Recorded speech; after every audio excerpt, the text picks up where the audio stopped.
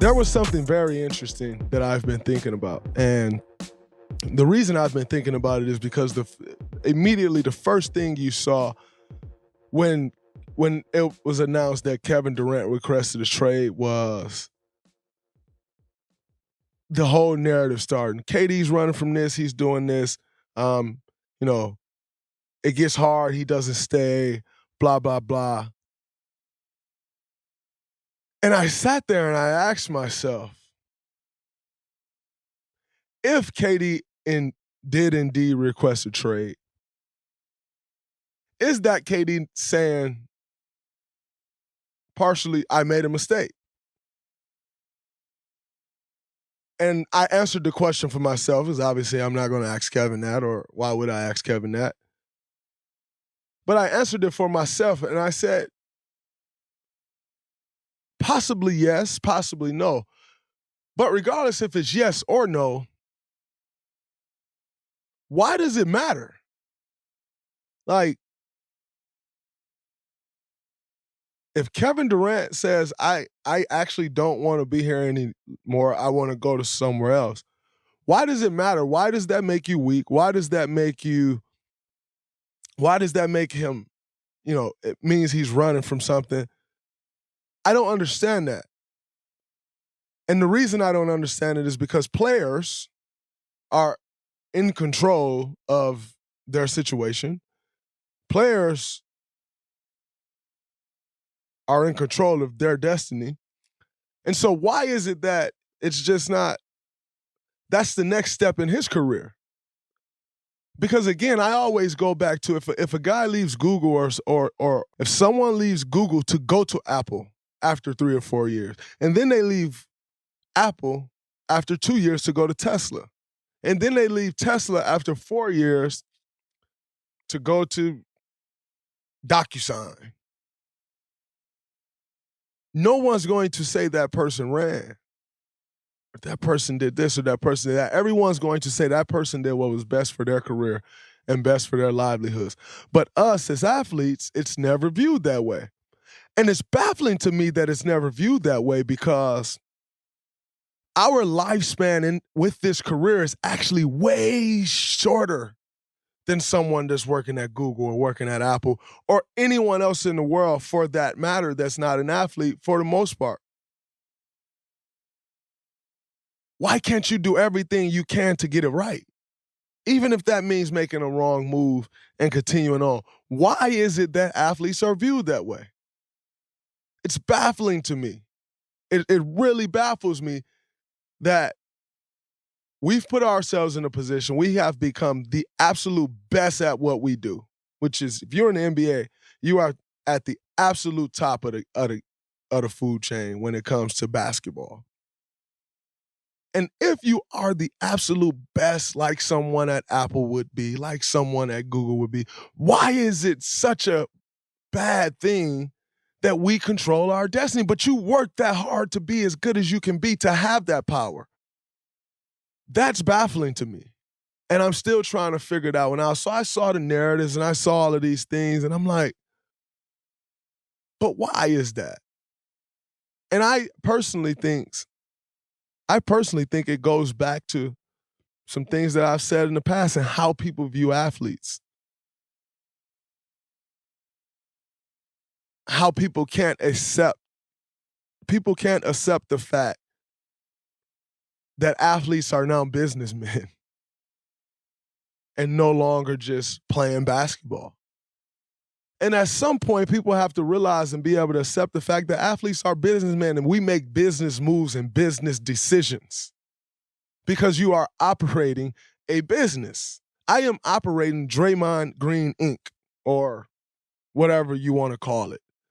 So why, if Draymond Green makes a move, a business move, is it not viewed as just that?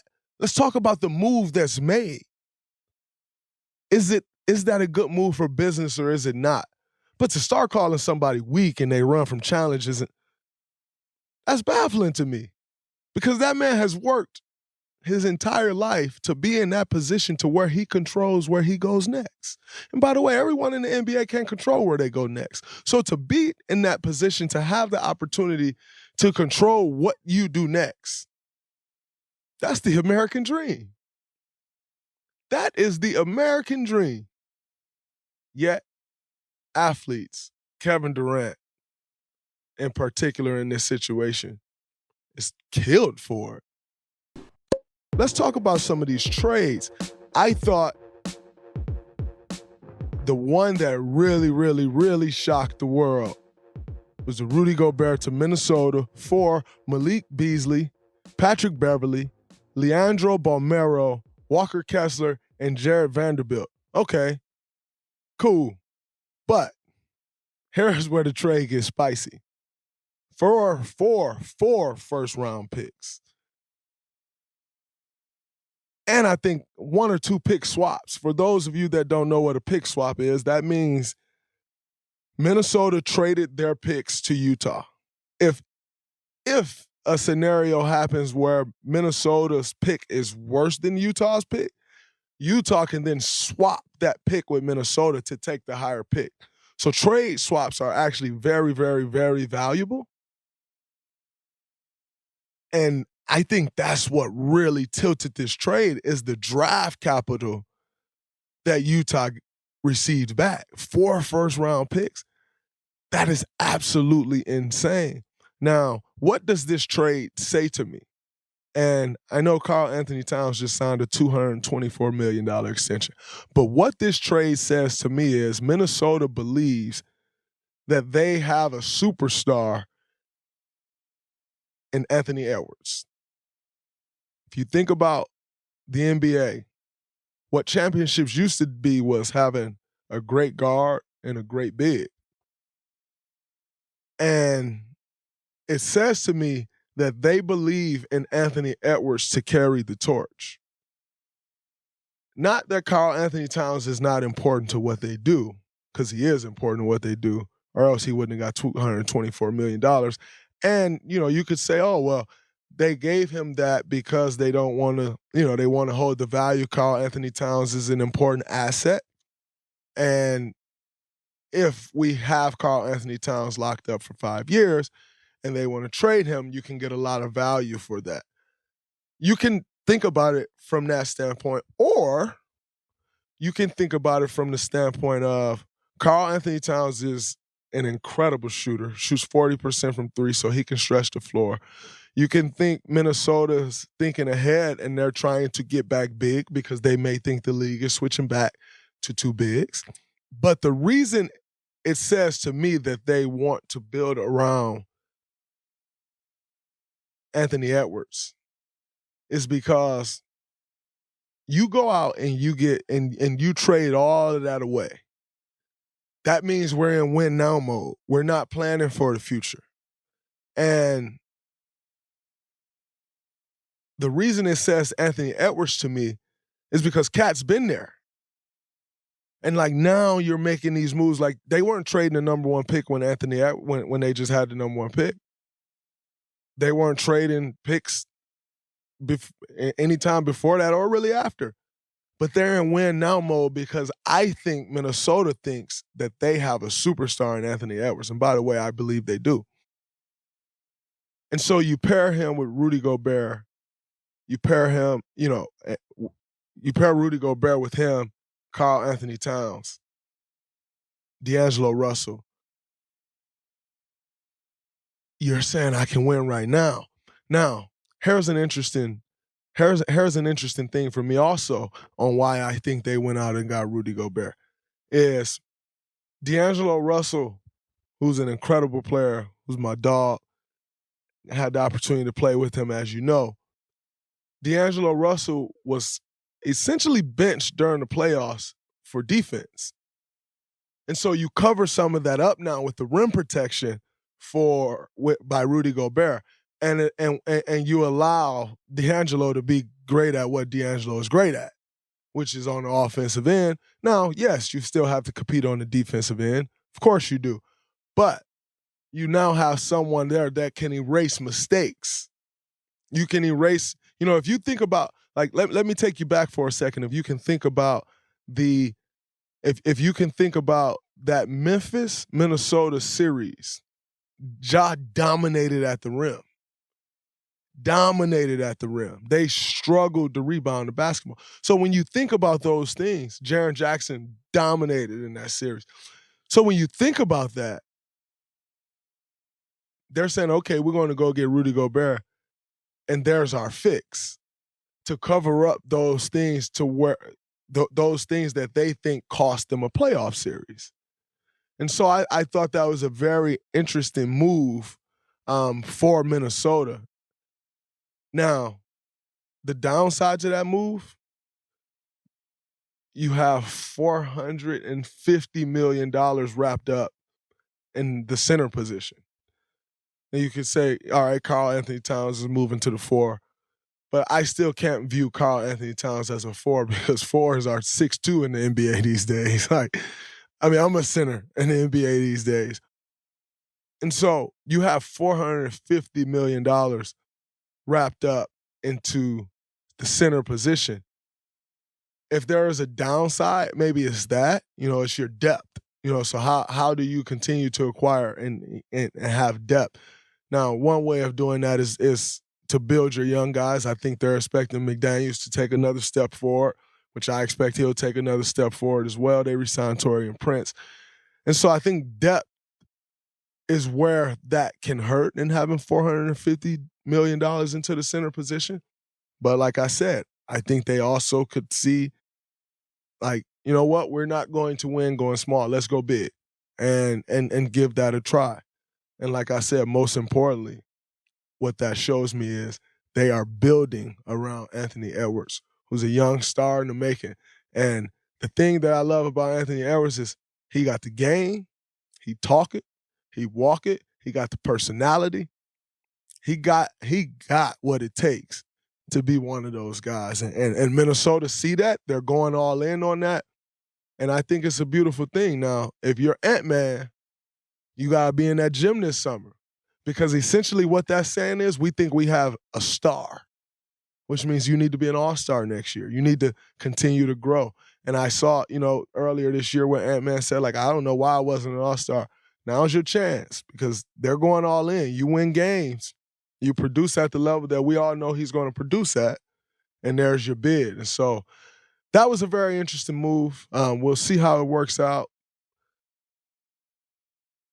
I'm definitely interested in playing against those guys. I think, for us, in our skill set, I think we have some things that we can try to take advantage of against them. But in saying that, I think this move says a lot about where Minnesota is. And I'm not sure we've ever seen Minnesota go all in like this. So it's a very interesting thing, and it's one to keep your eyes out for. Another trade that caught my eye in a major way, and rightfully so, was one of Jackson's Boston Celtics. And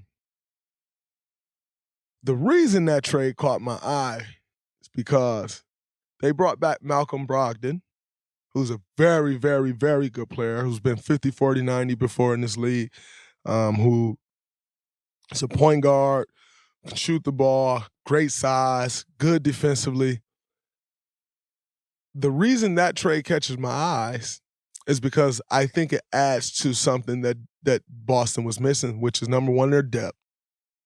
Number two is versatility and options at the point guard position. I don't think they had many options at the point guard position in this past playoff run that your Warriors just won. And I think that gives them that. Now let's look at what they gave up. They gave up Daniel Tice, who probably played all of 10 minutes in the NBA Finals. Aaron Nesmith, who played probably all of 10 minutes in garbage time in the NBA Finals. And a 2023 first-round pick, top 12 protected, which you have to assume is going to be picked 28, 29, 30, 26, 26 to 30. If the Boston Celtics have the year that most people will expect them to have, the year that they should have coming off an NBA Finals run, that pick is end of the first round. And so I thought that was an incredible move by the Boston Celtics. You got to give them a lot of credit. to go out and find a guy like Malcolm Brogdon. And see, the thing is, you go out and you get a guy like that from a team that's not really trying to contend right at this moment.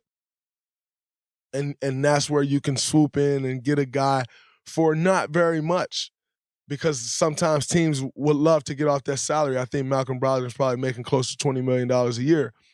So if you can get off that salary, get a first-round pick back, even if it is 26 to 30, because, the reality is the Indiana Pacers will probably be in the lottery again next year. So now that gives you 2 first-round picks, and it helps them build the way that they're probably going to try to build. With a young Tyrese Halliburton, you can continue to build through the draft. He's still on a rookie deal. And so I thought that was a very interesting and very good move by the Boston Celtics. I can't say that I loved it, being there's a possibility we may meet them in the finals again next year. But as an NBA fan, I think that was an absolutely incredible move by Boston.